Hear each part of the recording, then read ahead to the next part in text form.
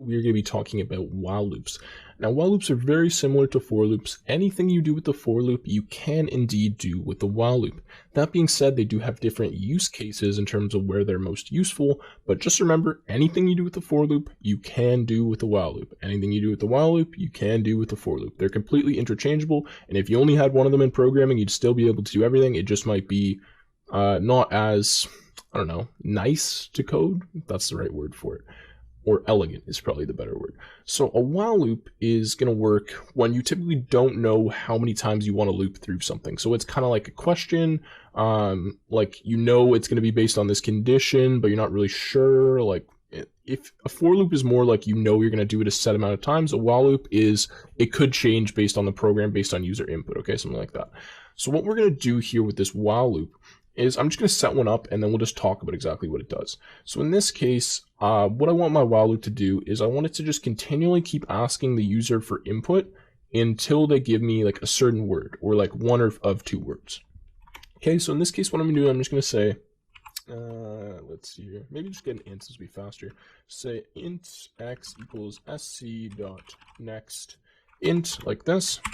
Okay, and what I'm going to do is I'm just going to keep looping through until they type the number 10. Okay, so while I can do this is you just type the keyword while in here, and then in these brackets is going to be your condition.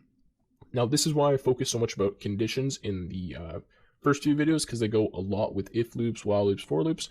So while this condition is true, then we're going to run the loop. So in this case, I'm going to say while x does not equal 10. Okay, yeah, exactly. Okay, that's true. So if they type in 10, then it will not continue to do this. Otherwise, we will continue to do this. So that means I'm also going to have to get the int in here, because every time that we run this loop, we want to continue getting x. So in this case, we already have x defined. We just do x. And what I'm going to do is if they don't type in 10, I'm simply going to tell them like type in 10. So we'll just say dot print ln. In this case, I will just say type 10 dot dot dot. And you know what? We're also just going to print out, because I like to do this, we'll just do system dot out dot print ln.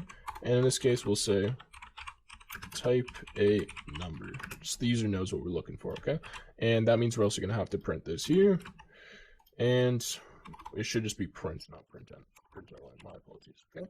So again, the way this is going to work is we're just going to continually keep looping through this until eventually the user types in 10. In that case, we will break it, okay? And we will not loop through this anymore. So let's run this. Type a number. Let's type 4. It says type 10 dot dot dot. Type a number. Type 5. Doesn't work. Type 10. There we go. And we broke out of the loop and it no longer asked us for that number. Now these are actually really simple. It just, while this condition is true, do everything that's in here. And that's all you really have to know about while loops. Now again, like we can, what I was saying, we can do everything that, with for loops, with while loops, because we can also count in while loops as well. So just like I did before, I could do something like int count equals 0. And then every time we run this loop, we could just say count plus plus. And then maybe at the end of our loop, we wanted to do like, tell them how many times they messed up, okay? What am I saying? Print system.out println. And in this case, we'll just say, you tried, you tried, and then plus count plus times. Okay, make sure we add a little space here. All right, so now if we run this and we'll say like 1, 2, 3, and 10.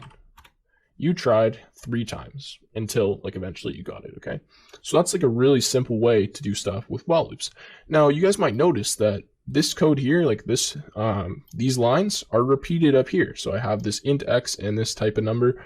So how can I do this without repeating those lines? Because I don't want to have to type, like what if I wanted to ask a ton of different questions and then do the while loop? Well, I don't want to have the same section of code appearing multiple times. So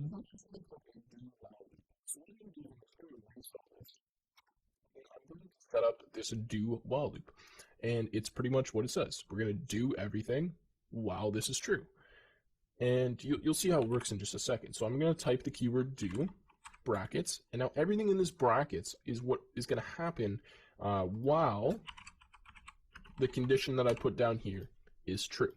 So the condition here is going to be the same. Well, x does not equal 10. We're going to do everything in here. So now you can see this is working fine. There's no issues. And what I'm going to simply do is I'm going to take this, these two lines here. I don't need that scanner because we're not going to redefine that every time. And I'm going to paste them in here. And what this is going to allow us to do now is x does not equal 0. Create local, gosh, okay. Let's just do this.